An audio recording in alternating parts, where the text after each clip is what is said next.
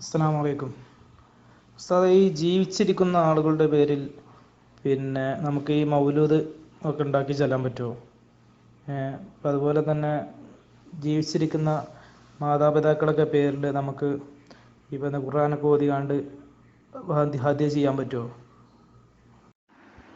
ഒരു വിശ്വാസി പരിശുദ്ധമായ ഖുർആൻ ഓതുകയോ ദിക്ർ സ്വലാത്തുകൾ നിർവഹിക്കുകയോ ദാനധർമ്മം ചെയ്യുകയോ ചെയ്താൽ അതിൻ്റെ പ്രതിഫലത്തോട് തത്തുല്യമായ ഫലത്തെ തൻ്റെ പിതാവിനോ മാതാവിനോ ഹയ്യങ്കാന ഔ മയ്യീത്തൻ, മരണപ്പെട്ടവരാണെങ്കിലും ജീവിച്ചിരിപ്പുള്ളവരാണെങ്കിലും അവർക്ക് ദാനം ചെയ്യൽ അനുവദനീയമാണ് എന്ന് ഷെർവാനി 6-ാം വാള്യം 158-ാം പേജിലും ബഹുമാനപ്പെട്ട ബിഗിയത്തുൽ മുസ്തർഷിദിയും തൻ്റെ ഈസ്വാഇൻ്റെ ബാബിലും പറഞ്ഞിട്ടുണ്ട്. അത് അനുവദനീയമാണ്.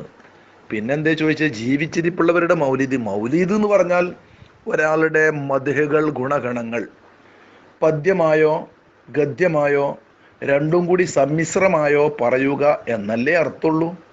അതിലെന്താ തെറ്റ്? മരണപ്പെട്ടവരുടേതെന്ന പോലെ ജീവിച്ചിരിപ്പുള്ളവരുടെയും പറയാം. പക്ഷെ ജീവിച്ചിരിപ്പുള്ള ഒരാളുടെ മുഖത്ത് നോക്കിയിട്ട് മദ്ഹ് പറയുക എന്നുള്ളത് നല്ലതല്ല, അത് വിലക്കിയിട്ടുണ്ട്. പക്ഷെ ഉള്ള കാര്യം സത്യമാണെങ്കിൽ ഉള്ളത് മാത്രം പറയാം, ഇല്ലാത്തത് പറയുന്നിടത്താണ് പ്രശ്നമുള്ളത്.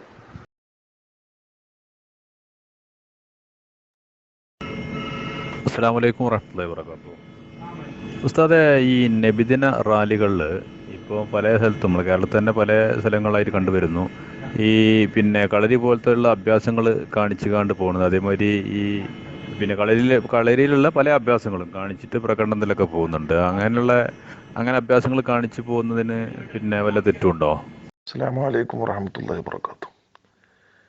ജിദ്ദയിൽ നിന്നും ബാപ്പുട്ടി എന്ന പെരുമുഖത്തുകാരനായ എൻ്റെ ഒരു സുഹൃത്തിൻ്റെ ചോദ്യമാണ്. മീലാദ് ദിന പരിപാടികളിലും മറ്റുമൊക്കെ സജീവമായി സാധാരണ കാണാറുള്ള ഒരു പരിപാടിയാണ് കളരിപ്പയറ്റും. ഒക്കെ പറ്റുമോന്ന്. കളരിപ്പയറ്റും മറ്റു അഭ്യാസങ്ങളും കലകളും ഒക്കെ അനുവദനീയമാകുന്നു.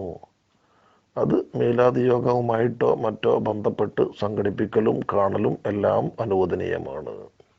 സമീപകാലത്തായി വഅള് മജ്‌ലിസുകളിലും അതുപോലെ കുട്ടികളുടെ റബീഉൽ അവ്വൽ പരിപാടിയിലുമൊക്കെ വഅള് പറയുന്ന ഉസ്താദിനെയും സ്റ്റേജും പൂർണ്ണമായും സ്ത്രീകൾക്ക് കാണുന്ന തരത്തിൽ LCD വെച്ചുകൊണ്ട് പ്രദർശിപ്പിക്കുന്ന ഒരു രീതി കാണുന്നു.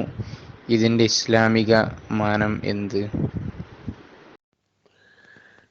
LCDയിലൂടെ കാണുന്നത് ഹറാമായ കാഴ്ചയിൽ പെടുന്നതല്ല.